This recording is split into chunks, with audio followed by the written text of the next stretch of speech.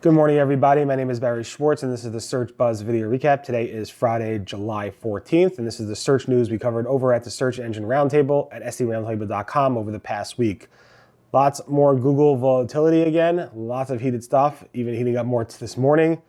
Catch you up on that. There's a Google News indexing bug that's been lingering on for the past few weeks that Google seems to have fixed, but they haven't confirmed it was fixed yet. A lot of Google bar news, SGE, site names, syndication issues, INP, and so much more. So definitely stay tuned. There's a lot to cover.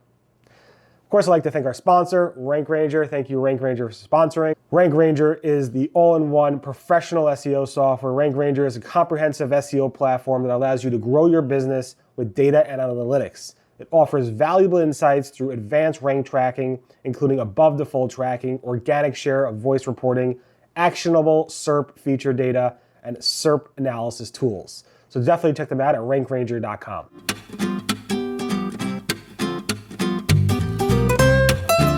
So yesterday, July 13th, I reported that there was probably a Google update starting on July 12th, continuing to the 13th, maybe into today, the 14th. It seems to have heated up this morning as well. Lots of chatter from within the SEO community.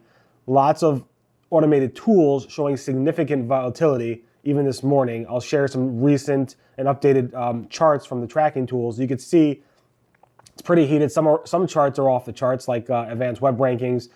SEMrush is really heated. Rank Ranger, super heated as well. SERP metrics and so forth. So definitely take a look at that. If you notice your rankings are going better or worse and so forth, a lot of people are actually happy with this update. Definitely take a look at that. You were definitely not alone, but hopefully you guys did well with this update.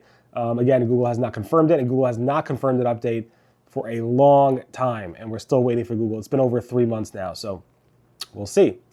Google is working on a Google News indexing bug. I believe the indexing bug started sometime around June 21st, 22nd, 20th, around that area, 23rd for some people, where Google stopped indexing content from certain Google News publishers. Google said it affected, let me read what they wrote actually. Google posted an update just this week, 2 weeks after the actual issue, or a week and a half after the issue started, and they said there's an ongoing issue with indexing in Google News that's affecting all sites. Sites may be experiencing a decline or decrease in traffic for Google News. We're working on identifying the root cause in the next update and so forth. So a lot of people noticed this issue.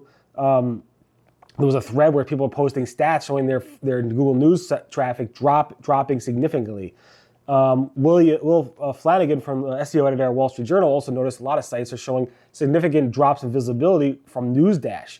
So a lot of things are going on here with that. Google keeps posting updates and so forth. The latest update we have from Google is that as of, on July 11th in the afternoon, Google said they identified the issue and they're going to work on a fix. Then on July 12th, early afternoon, Google said they found the issue, they implemented the fix, and now they're going to monitor it to make sure it did fix it. And they posted again the same message this morning on July 14th at 2 a.m. in the morning, saying the same thing, that they did identify the issue and they keep monitoring it. So hopefully it's fixed. There are reports that things are getting better. It's not 100%, but I am seeing people say that it is getting better. So if you're a Google News publisher, you may see your website impacted in Google News. Just keep that in mind. Also, some confusion around Google Search Console, specifically the page indexing report. A lot of SEOs were noticing a spike in indexing issues in the page indexing report starting around July 2nd or so. And John Mueller posted after Shelley the Web, or Michelle, went ahead and posted about anybody else seeing this, and John Mueller responded, actually, we actually updated the actual page indexing report to show more granular data. He wrote, and let me quote, additional more fine-grained page indexing issues information is now available. As a result, you may see a rise in portion of issues being reported on this. This is not a change in the processing of your website for search. It's purely a reporting improvement. So that caused a lot of confusion. People started making changes to the website, but it wasn't anything for them to change because it was just a reporting update. So again, that started on July 2nd. Google finally updated the data analysis page for Search Console a few days later to update us that this is an official report, and they did add some annotations to some of the reports in Search Console. Danny Sullivan, the Google Search Liaison, went ahead and posted saying that they are going to be releasing in the near future some improvements to site names. Google did issue a site names update several weeks ago, but didn't fix all the issues that people were complaining about regarding site names. And Google is going to head and reissue another Google update for site names in the near future. Danny said it's not going to be months away. It will be maybe weeks away, which means hopefully very soon. So if you are struggling with your site name showing properly in Google search, you're definitely not alone, and Google will go ahead and do an update, and hopefully that will address some of the major issues that are happening with that going forward. Also, Danny Sullivan said on site names that sometimes Google will not use your site name and use your URL over a confidence issue. This is not a new thing. This was actually in the Google help documentation saying URL is displayed instead of a site name when Google search isn't able to confidently determine the site name based on your homepage's metadata or other signals. So Google may use an abbreviated version of URL for that reason. So keep that in mind. Some of those issues are related to Google not having confidence in your own site. Google Bard released a ton of new features, and this comes literally right after I posted, the day after I posted that Google hasn't updated Bard or given us any updates on Bard in 5 weeks. And the day after, Google went ahead and announced they released some new features and expanded it more globally. The new features include the ability for it to read out loud the answers. You can click on the speaker icon and it will read it out loud for you. Google added 5 new tones and styles. Before it only had 1 tone. The tones include simple, long, short, professional, casual. There's a drop down for that, so you see it. You could revisit your old prompts by going to the pin tab. You could also export your code in Python to Replit. You could share responses with a new shareable URL, and you can now use the images as prompts. So this is something Google announced at I/O, but now it's live. The Google Lens is now integrated with Google Bard. So I have some screenshots there. Also, Google expanding access to Bard more places, including many countries like Brazil and across many European countries, which is interesting. And Bard is now available in over 40 different languages. I've listed those languages in the blog post, so definitely take a look at that if you're interested in learning more. Greg Sterling did a poll the other day on Twitter asking people, are you using Google Search Generative Experience, the Google SGE, their AI answer, the generative AI answer, more or less since it first came out? And it has a little bit over 100 and something results, and about 50% said they're using it less. Only about 9% said they're using it more. And again, 50% are using it less. I'm using it less. I'm not a big fan of it, but maybe it will improve. It's good for some cases, but not for all. So we'll see. A lot of the hype around this is interesting. Obviously, we discussed last week that Bing Chat and ChatGPT are being used a little bit less. So we'll see. We'll see what happens with this AI experience for consumers. And we'll see what's going on in the future. Danny Sullivan, the Google Search Liaison, said their core SEO advice has not changed in over 2 decades. He went ahead and linked to a screenshot from some guidelines Google posted in the quality guidelines back in 2002, where Google said, make pages for users, not for search engines. And then he linked to his 2022 advice over 2 decades later saying, again, for people first content, make content for people, not for search engines. So it was funny to see. Again, yeah, overall SEO advice really is basically the same, but it's interesting to see. Then Danny Sullivan also this week posted about some slides he posted back in May when he went ahead and did a conference or spoke at a conference in May in Europe for news publishers. And he basically went over the new guidelines, which he keeps saying is not new. Not going to get into that. We discussed that when it launched, that those guidelines launched in last May, where Google said, don't use the canonical tag, the cross-site canonical tag for syndicated partners. Don't tell your syndicated partners to say canonical to my website where you got it from. Instead, Google's saying use Noindex. Now, again, this was from last May. There was a lot of hoopla around that, and I don't blame publishers at all. Google, I believe, here was wrong in terms of how they went ahead and approached this. And I think they're still wrong, honestly. I think they keep saying it's not new. A lot of the documentation was all over the place. Google definitely said use canonicals for syndicated partners back in the old days. They updated that advice without really telling us, and now they're telling us.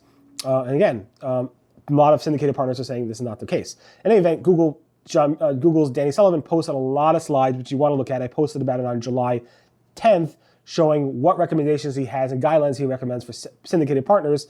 Basically, if you want syndicated partners, don't expect your content to rank number 1. Your syndicated partners may outrank you. If you want them to not outrank you, tell them to use the Noindex. Now, a lot of anger or upsetness or frustration came from publishers, especially syndicated partners who use these types of features and do syndicate their content to other people, saying Noindex is not going to work. Danny, Google, you need to come up with something new. Danny said he will send that feedback to the team. to come up with something new. He's not sure if they will. He doesn't think the canonical tag is the right use for this. Maybe they'll come up with something new. I don't know. But Google definitely heard the feedback and the upsetness and the frustration from publishers around this. And maybe Google will have a new tag for that. Google used to have a source tag for Google News publishers back in the old days. They removed that because people weren't really using it. Then I guess people weren't really using the canonical tag, and they're telling people to use the Noindex. I don't think people are going to use the Noindex. So we will see. I think Google just can't figure out what is the source of that original piece of content, and Google's giving up. And Google said they wouldn't give up, but they are giving up on it, and it's kind of sad. Google Search Console sent out notifications this past Monday and Tuesday and Wednesday for the new INP Search Console Core Web Vitals report, and people are super scared. I hate this. Google saying you have issues with your website because your INP score is not up to par. 1, you have till March 2024 to deal with it. 2, it's a tiny little bitsy witsy ranking factor. Why go crazy about this? And Google is scaring publishers. They're sending out these notifications that in your face say, Core Web Vitals INP issues detected on your website. I'm surprised they didn't use like some type of siren emoji or something in there. And they list the website with the issue, and now SEO has something else to work on. Again, I wouldn't don't worry about it. You have plenty of time to worry about it if you want to worry about it, and it's something that's easy to fix for developers, but it's not something that is going to be critical for your rankings going forward unless your scores overall are horrible. But again, I would not worry about it.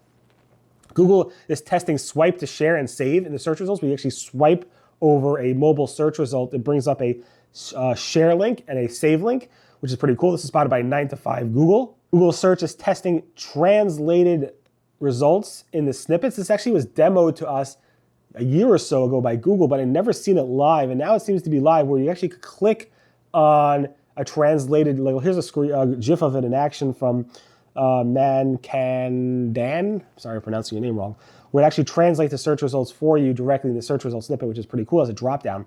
Nice find there. Google AdSense now supports single euro payment areas. It's called SEPA. So if you are in European countries, it is supported if you want to go ahead and use those for many countries in Europe. And Google Universal Analytics is still collecting UA3 data from many publishers. It's still collecting it from me, from my sites that I'm tracking, but there are some sites that said they stopped collecting data, which is interesting. So I assume it's going to happen to eventually to everybody, but I'll take it as. Whatever it is, it's great to have it and still have it for now, and I'm sure it'll go away soon. In any event, thanks so much for listening to the Search Buzz video recap. My name again is Barry Schwartz. This is the search news we covered over at the Search Engine Roundtable at seroundtable.com over the past week. Don't forget to subscribe, like, do all those YouTube-y things, and tell your friends to subscribe as well. Thanks to Rank Ranger for sponsoring. Definitely check them out at rankranger.com. And everyone have a great, safe, healthy, and peaceful weekend. Speak to you guys next. Bye-bye.